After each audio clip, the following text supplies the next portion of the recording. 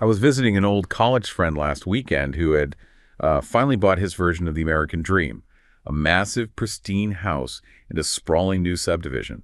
He was practically glowing as he gave me the tour. He pointed out the 6-foot privacy fence that completely blocked out the neighbors, the attached smart garage that let him enter the house without ever stepping outside, and, the dedicated media bunker in the basement. He kept using words like sanctuary and autonomy, telling me how good it felt to finally have a space where, as he put it, I don't have to deal with anyone. To him, these features are the ultimate trophies of success. But then, the mood shifted. We were sitting on his patio, enclosed by those high vinyl walls, and the silence was just hanging heavy in the air, and he suddenly looked tired. He started complaining about how weirdly cold the neighborhood was, how he hadn't spoken to a single soul in the block in 6 months, and how surprisingly depressed his wife had been since the move. He looked around the yard and asked, almost helplessly, "Where is everyone?" It was such a jarring contradiction. I mean, he had spent $500,000 purchasing a fortress designed specifically to exclude the world, yet he was bewildered by the loneliness that came with the deed. He viewed his isolation as a personal failure or some kind of neighborhood quirk rather than what it was, a structural inevitability. He couldn't see that the silence wasn't a side effect of his new life. It was the product. He thought he bought a home, but looking at those zoning lines and floor plans, I realized he had actually bought a brilliantly engineered machine for separation. That idea, the engineered machine for separation, is really the core thread of our deep dive today. And this isn't just a story about lonely American suburbs, it's a global phenomenon. We have to recognize that the American Suburban Project, where my friend lives, it functions as a mechanism of racial capitalism, simultaneously subsidizing wealth accumulation for some, while systematically dispossessing others through practices like redlining and exclusionary zoning. And you can even see the American single-family home as a kind of technology of imperial patriarchy. I mean, it enforces the privatization of women's reproductive labor and reinforces the white nuclear family as a sort of colonial ideal. So now we're going to follow this American model of car-dependent suburban segregation, this machine for separation, as it gets exported globally. It becomes a tool of neocolonialism, disrupting indigenous land use patterns and imposing a racialized spatial order in the global South. Our mission today is to understand the forces that engineered the separation on a global scale, focusing on how urbanization in rapidly developing contexts structurally reinforces economic and social division, ultimately threatening the core goals of true sustainability. That narrative, it perfectly frames the tension we're examining. The isolation experienced in that fortress, whether it's in a U.S. suburb or a brand new global enclave, it's a side effect. It's a side effect of a global model of urban development that privileges very specific economic goals and private interests over any kind of genuine social and ecological balance. So the feature, not a bug. It is absolutely a feature. And we're going to explore this tension by using the detailed case study of Ghana, a country experiencing truly rapid urbanization and profound structural shifts. They're attempting to manage this explosive growth while still aspiring to the ambitious and, frankly, often utopian goal of sustainable development. For you listening, you need to quickly understand how these abstract concepts, like an ecological footprint, connect directly to that personal experience of modern isolation caused by spatial design. Okay, so let's get into the blueprint. Where do we even start when we talk about a goal as huge as sustainability? Well, to start, we need a clear blueprint for what we're aiming for, because if sustainability is the goal, we have to define it first. Sustainable development, or SD, it's a philosophical and practical framework that emerged globally in the 1980s. It was really crystallized by the 1987 Brundtland Report. The Brundtland Report, right. And that report defined SD as pursuing development that meets the needs of the present generation without compromising the ability of future generations to meet their own needs. That sounds elegantly simple. Yeah. It's a concept everyone can agree on. Who would argue against it? But the moment you actually try to implement it, you realize it requires tearing down, basically everything about how we currently live. Exactly, because achieving that mandate requires this complex and simultaneous alignment of social, economic, cultural, political, legal, and environmental actions. It's not a checklist, it's a complete system overhaul. So how do we narrow that down to cities? When we talk about urban sustainability, we narrow the focus.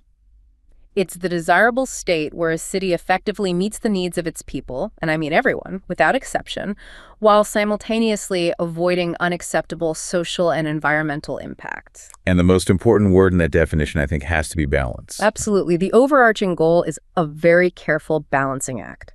You're balancing economic growth, human well-being, and ecological protection.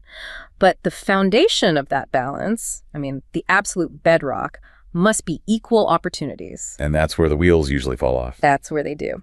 This leads us to the two crucial ethical requirements of sustainability. First is intergenerational equity. That means equal opportunities across the current population, everyone alive today. Okay. And the second is intergenerational equity, equal opportunities between the current and future generations. If we fail on either of those two equity requirements, the system, by definition, is unsustainable. It doesn't matter how many solar panels you have. And that equity requirement is precisely what structural segregation and market-driven development are designed to fight against, which is why sustainability, much like a word like democracy, is, universally desired, but is diversely and often contradictorily understood. It makes it incredibly difficult to achieve in practice. It becomes an ongoing negotiation, a constant struggle. And when urban planners envision cities that actually foster this equity and balance, cities that stand in stark contrast to the isolating suburban development you described at the start, they look for very specific characteristics, a sustainable urban form. Right. So let's lay out that blueprint. Okay. What are the physical features that actively reject this machine for separation? What does a non-fortress city actually look like? Okay. The first and maybe most important characteristic is compactness and density. Unlike the sprawling suburb, a sustainable urban form consumes far less geographical space. This high-density development, often vertical, is key because it allows more people to live and interact in a smaller, more narrowly defined space. It's the opposite of sprawl. It's the antidote to sprawl. The immediate physical benefit is a massive reduction in overall travel distances, which mitigates congestion and the need for ever-expanding infrastructure. This is just critical for efficiency. Countless studies repeatedly show that low-density development is highly correlated with increased greenhouse gas emissions and a deep reliance on private vehicles. Compactness is the anti-sprawl defense. So going back to my friend, if he had to drive 5 miles just to buy a local bread, that suburban design is already fundamentally fighting against sustainability. A compact city, by contrast, gives him that accessibility within, a few hundred yards? Precisely, maybe even in the same building. Yeah.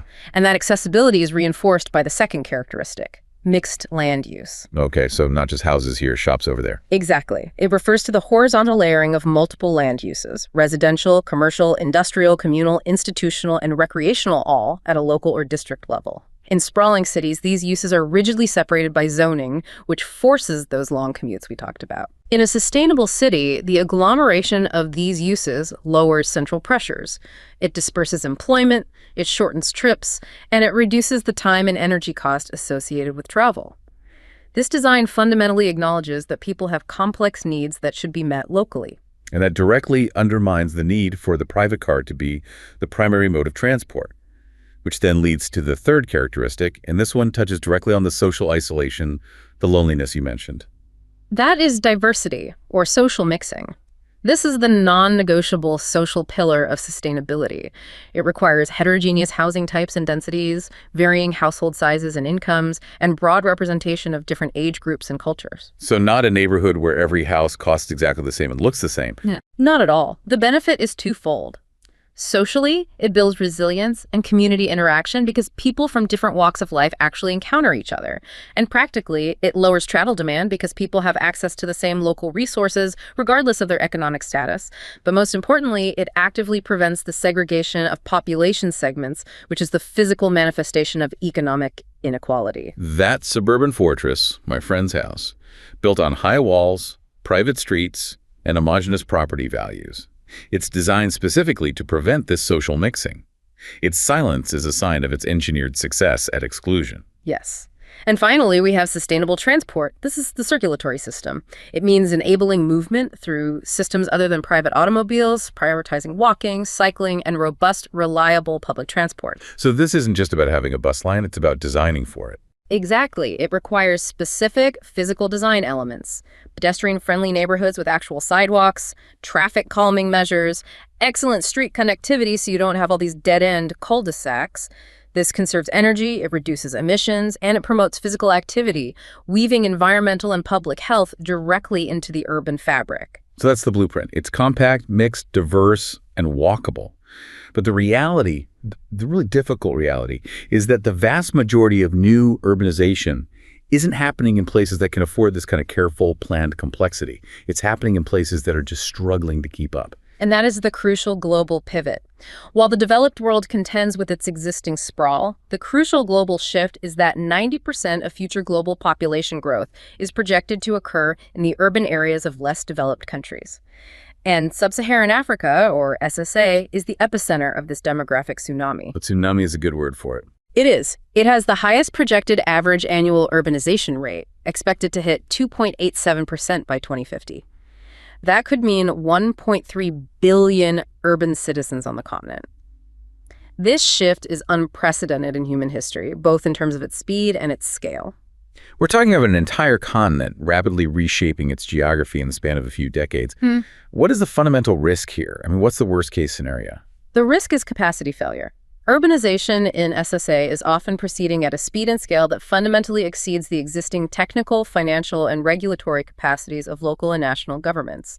They struggle to plan and manage this transition in a way that is efficient, equitable, and sustainable. The blueprint gets thrown out the window. It never even makes it into the room. When planning capacity is overwhelmed, market forces and private actors step into the void, and they often implement quick-fix solutions, like the segregated fortress model, that serve immediate economic needs but completely undermine long-term sustainability goals. The stage is set for a massive conflict between rapid development and structural justice. Okay, so let's ground this global shift in a specific, detailed context. Ghana is a powerful case study for this. It's a country where over half the population has resided in urban areas since 2010, and it's experiencing an explosive annual urban growth rate of 3.4%. To understand why they struggle to achieve that sustainable blueprint, we need to trace the structural mechanisms, the deep currents driving this growth. We really can't analyze contemporary urban growth without looking backward, specifically at the historical economic relationships that set the stage. The first driving mechanism is explained by what's called dependency theory. Right. This theory posits the ongoing inequality in economic exchanges between the global north, or the center, and the global south, the periphery, is a direct inheritance of the colonial era. Colonialism didn't just extract resources, it strategically engineered a global economic structure that permanently positioned the North as the processing and financial center, leaving countries like Ghana primarily as resource suppliers. So this isn't just ancient history. It's an active economic blueprint that continues to dictate where power and wealth are geographically concentrated today. How does this dependency structure physically manifest in modern urban development? Today, it manifests primarily through foreign direct investment, or FDI, which is often channeled through multinational corporations, MNCs. Now, while FDI is often touted as essential for growth, the sources we're looking at reveal that the conditions surrounding these investments can actively impede true sustainable development. How so? For instance, to attract large MNCs, African governments often feel pressure to offer massive incentives, things like long-term tax holidays, exemptions from environmental regulations, or administratively low wages. This erodes local revenue streams that could have been invested in public infrastructure, education, and healthcare, the essential ingredients of social sustainability. So the very economic engine that's supposed to be driving development is actually weakening the state's ability to manage that development sustainably. It's a trade-off. It's a vicious cycle. Furthermore, those MNCs often focus on natural resource extraction mining, oil, timber, which primarily benefits external markets, rather than building diversified, locally resilient urban economies. And I imagine the power of these external interests can hamstring government policies. Absolutely. If an MNC threatens to pull out due to a new environmental regulation or a labor law, the government, which has become highly dependent on that revenue, is often forced to back down. This is economic dependency translating directly into a lack of political autonomy in crucial areas like land use planning and environmental protection. The strings are being pulled from elsewhere. Okay, so that accounts for the powerful external pressures. But what about the internal national pressures that concentrate wealth and population geographically within a country like Ghana? That leads us to the second major force, the urban bias theory. This theory explains how, historically, national governments within SSA deliberately channeled resources away from rural agricultural areas and toward politically powerful urban populations. This was a strategic economic choice to keep the capital and administrative centers well-provisioned and, frankly, politically stable. Can you give us a concrete example of how this internal bias structurally separates the rich urban center from the poor rural periphery? Because this sounds like another machine for separation just on a national scale. It is. A classic example relates to export crops, like cocoa in Ghana, which is a huge part of their economy. Historically, the government would act as the sole buyer, purchasing cocoa from rural farmers at a low, fixed domestic price. Let's call it price X. They would then sell that same cocoa on the world market at a much higher price, say price 3x. That significant profit margin, the 2x difference, was then channeled back into subsidizing urban life. It was used to ensure stable food prices in the cities, to heavily fund urban infrastructure like paved roads, reliable electricity and water, and to provide enhanced public services, almost exclusively within the capital and other major cities. So rural areas are structurally taxed to subsidize the urban elite. That is a governmental design of separation. It's staggering. Precisely. This structural bias means that in bad economic times, the differences between the provision of public goods in cities versus rural areas become incredibly stark.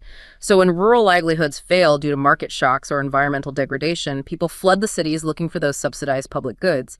This accelerates urbanization far, far beyond the city's capacity to cope. And this all happened before the modern era of globalization really kicked into high gear. Yes, and overlaying these historical dynamics is the pervasive influence of globalization and neoliberalism since the 1980s. When governments adopt neoliberal policies, privatization, market deregulation, reduced state spending, it essentially subjects the majority of the population to the unforgiving forces of the market while protecting the strongest economic actors. And this fundamentally transforms urban governance. This is the shift where governance moves away from being a manager of public services to being, a promoter of economic growth. We call that urban entrepreneurialism. The focus of urban government shifts from traditional public service provision like maintaining parks or collecting trash to becoming a competitor in the global market. The city starts focusing heavily on pro-growth strategies like attracting capital investment and hosting massive projects, and these are often pursued in deep partnership with private actors. So you get the city prioritizing building a new convention center or luxury hotel complex over, say, expanding sewage systems in poor neighborhoods. That's the perfect example. And I see the structural conflict clearly. When the city acts as an entrepreneur, its primary goal is wealth accumulation, which is inherently incompatible with the social and environmental goals of sustainability, especially equity. And this entrepreneurial posture, it must have a dark side. It does. It introduces the dark side of marketization, the rise of what's called control grabbing. This is the process where private entities, supported by this pro-growth governmental stance, capture the power to control critical resources, particularly urban land. When land use decisions are dictated by the quickest financial return rather than public good or long-term planning, it results in the erosion of the rights and interests of ordinary urban citizens. They become subject to the discretions of private sector actors, which just reinforces spatial inequality. So the very economic engine driving Ghana's rapid growth is structurally biased towards separation and short-term profit, making that sustainable blueprint we talked about nearly impossible to follow. It creates a headwind that is almost impossible to overcome. That structural background sets a very difficult stage. So now we have to ask, how does Ghana actually measure up against these goals of sustainability, especially justice? We need to move beyond theory and look at the hard data, which often reveals the gap between aspiration and reality. It certainly does. We can look at several objective indicators, and the data reveals a profound core conflict. Let's start with a measure of overall human well-being, the Human Development Index, or HDI. This combines progress in education, life expectancy, and income. Okay. And on that front, Ghana's HDI showed clear, steady progress. It rose significantly from 0.454 in 1990 to 0.596 in 2018. This is evidence of genuine socioeconomic improvement for the nation as a whole. So that sounds like a success story on the surface. It's moving toward the development aspect of sustainable development. But we know that national averages can hide massive internal disparities. How do we account for that structural separation you just described? We use the Inequality Adjusted HDI, or the IHDI. This takes the same components, life expectancy, education, and income, and it penalizes the score based on how unevenly those benefits are distributed across the population. It's like a reality check for the HDI. It is. And when adjusted for inequality, Ghana's HDI value drops significantly. In 2018, the IHDI fell all the way down to 0.427. Wow. That's a staggering difference. It means that nearly one-third of Ghana's supposed developmental progress is completely nullified by its internal inequality. Exactly. That 0.427 represents an overall loss of 28.3% in the original HDI value. And that loss is due specifically to systemic inequality in life expectancy, education, and income distribution. This is a powerful objective indicator of intragenerational equity failure. Despite the average improvement, the system is structurally failing its poorest citizens. If you imagine a city trying to plan for sustainability, and you know that 28% of your population is functionally being left behind, losing access to the basic necessities of life, you can't possibly implement the social mixing or equal access requirements of that sustainable city blueprint. It's impossible. You cannot. It's building on a cracked foundation. And this is confirmed by another key metric: the Gini Coefficient, the standard measure of wealth inequality. Ghana's Gini has consistently risen, exceeding UN Habitat's maximum target of 40 for social stability. And what does a Gini above 40 actually mean in practical terms? It means the wealth disparity is so great that it compromises the basic functioning of society. It compromises the ability to safeguard basic needs for all citizens, making the socioeconomic structure structurally unjust for the poor. The social pillar of sustainability is cracking, if not completely broken, under the weight of this inequality. So that's the social side, the intergenerational failure. Now let's turn to the other failure mode, the ecological aspect. This is the failure of intergenerational equity. How do we measure the cost of this development on the environment that future generations are going to inherit? For that, we look at the ecological footprint. This metric compares a country's demand for resources, what the population consumes, against its biocapacity, which is the available supply of resources within the country's borders. A simple supply and demand. Exactly. And in 1965, Ghana was ecologically rich. It had a biocapacity reserve of 1.5 hectares per capita. It was living well within its means, with resources to spare. And what is the situation now after decades of this rapid, unregulated development and economic dependency? The balance has shifted dramatically. Ghana's demand has increased and exceeded its supply consistently since 1965. By 2016, Ghana had accumulated the biocapacity deficit of negative 0.7 hectares per capita. Negative 0.7, so it's in the red. Deep in the red. This is a powerful physical signal that the country is currently operating in ecological debt. They're consuming more natural capital than their ecosystems can regenerate annually. That is the very definition of unsustainability. They are using up their ecological savings account and running a serious deficit. What are the physical, observable implications of a negative 0.7 hectare deficit for the average person in Ghana? It means increased deforestation. It means the accelerated erosion of arable land. It means the contamination and loss of vital wetlands and water sources. And it means a growing dependence on resource imports.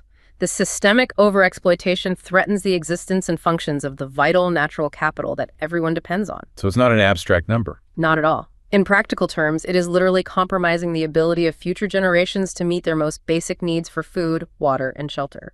The short-term economic gains are being paid for by future environmental collapse. So when we plot all these variables together, the HDI, the Gini, and the ecological footprint, we see that Ghana falls squarely outside the accepted boundaries of what we call the sustainable development space.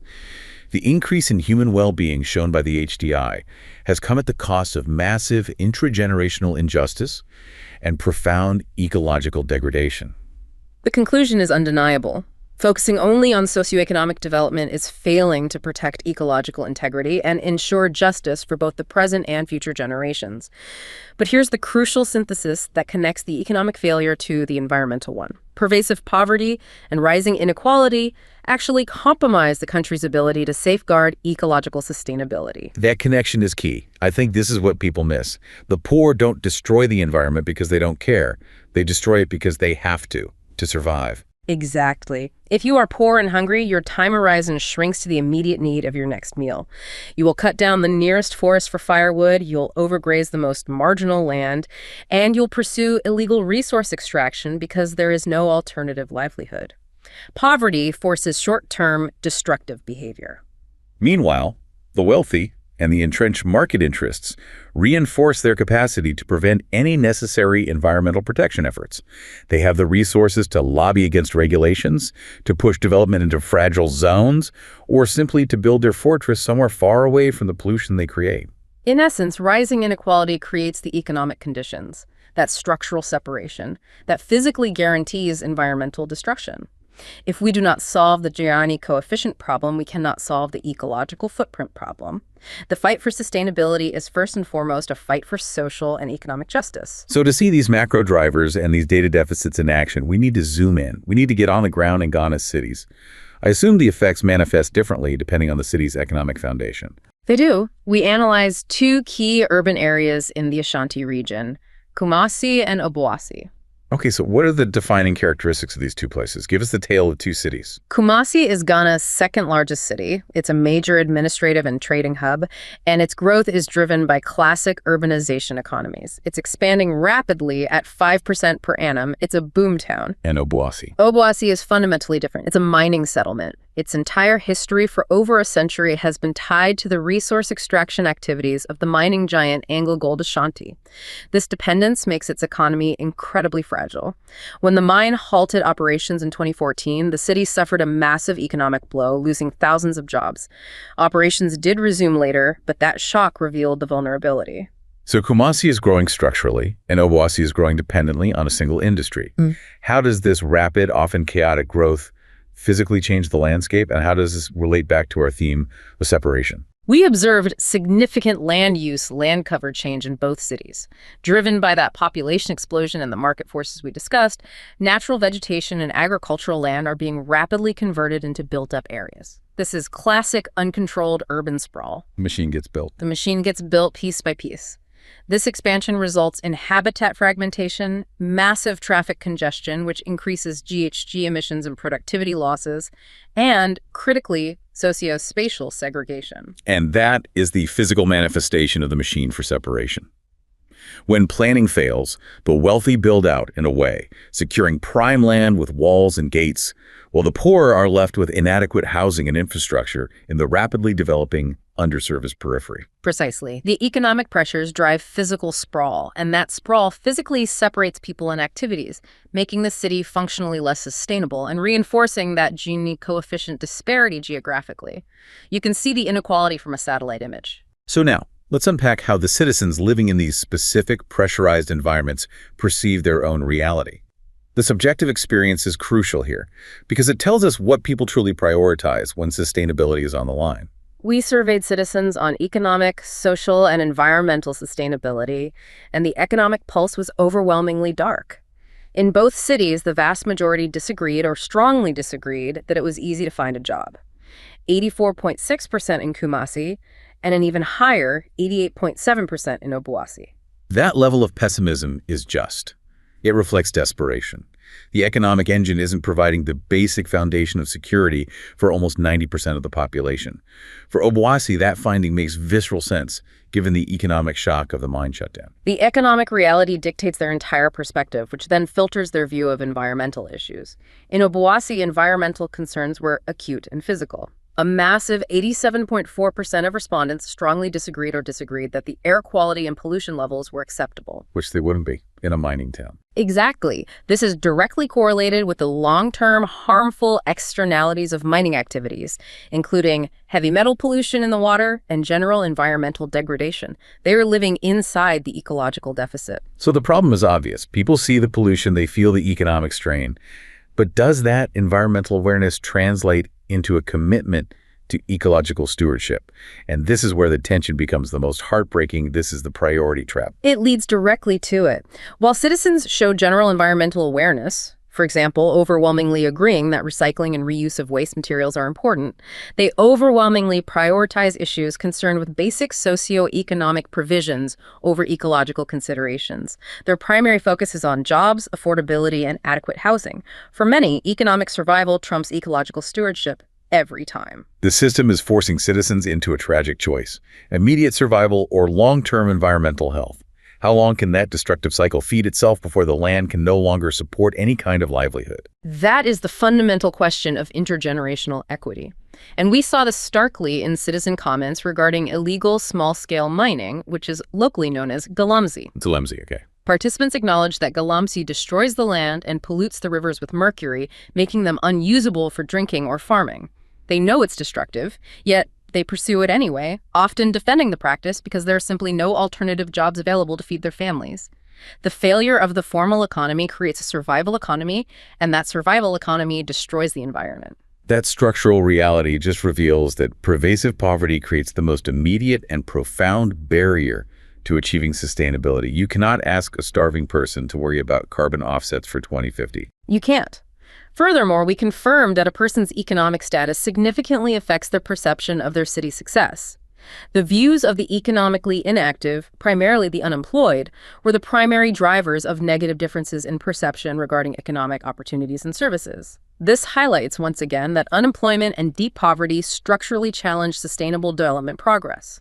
If the machine for separation prevents equitable economic access, it simultaneously guarantees ecological degradation. Okay, so we've established these overwhelming challenges. The ecological deficits, the crushing inequality, the political dominance of market forces, and this priority trap that forces people into destructive behavior. Given this reality, what happens when a private developer, driven by that same market logic, attempts to bypass the complexity of existing cities and build a perfectly planned, sustainable city from the ground up? We look now at Apollonia City, a massive, master-planned project near Ghana's capital, Accra. Apollonia City represents the purest form of market-driven sustainable urban development. It is a huge project, a 2,325-acre mixed-use satellite city, proposing to accommodate 100,000 residents. It's being built by Rendeavor, Africa's largest city developer, and it aims to deliver a complete city.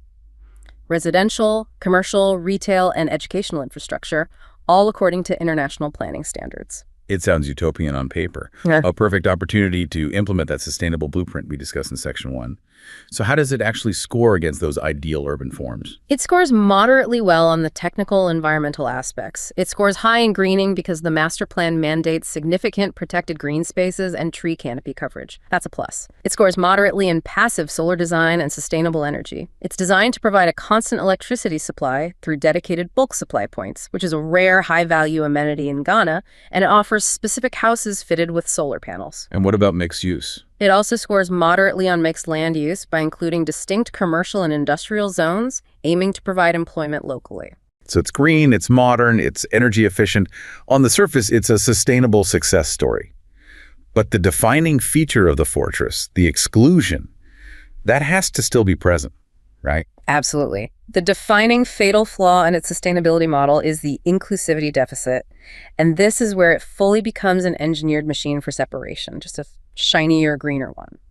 The entire project is explicitly designed to secure the interest of its investors and focuses on high-class housing and attracting premium commercial tenants. So it's sustainable, but only if you can afford the membership fee. It's a club. Precisely. Its vision explicitly targets higher-income buyers, promoting security, reliable utilities, and high-quality urban design as its main selling points. Now, while the commercial zones might attract low-income employees, security guards, cleaners, service staff access to residential facilities, the core of the city's life is fundamentally exclusive. There is no provision or incentive for diverse housing types to accommodate varying incomes. Which means it utterly fails the requirement of diversity, social mixing, that third crucial pillar of sustainable urban form we talked about. It does, completely. Its fundamentally exclusive nature means it cannot and will not address the urgent systemic sustainability issues of poverty and inequality in the wider urban system of Accra or Ghana. The Apollonia City model risks creating a deeply destructive urban enclave. Can we detail the physical consequences of creating a fortress like that? If they attract 100,000 residents, but only the wealthy can live there, where do the service workers, the teachers, the doctors, the cleaners, the retail staff, where do they have to live? They must commute, often long distances, from the surrounding poorer, unplanned areas. This lack of inclusivity actively increases the need for transportation, adding to traffic congestion in the region, increasing local GHG emissions, and driving further sprawl in those lower-income periphery areas. So the sustainable city simply offloads its sustainability burden, its need for cheap labor, onto the surrounding unprepared communities. It exports its unsustainability. That's a perfect way to put it. It exports its unsustainability. The Apollonia model, despite its solar panels and green spaces, undermines social mixing.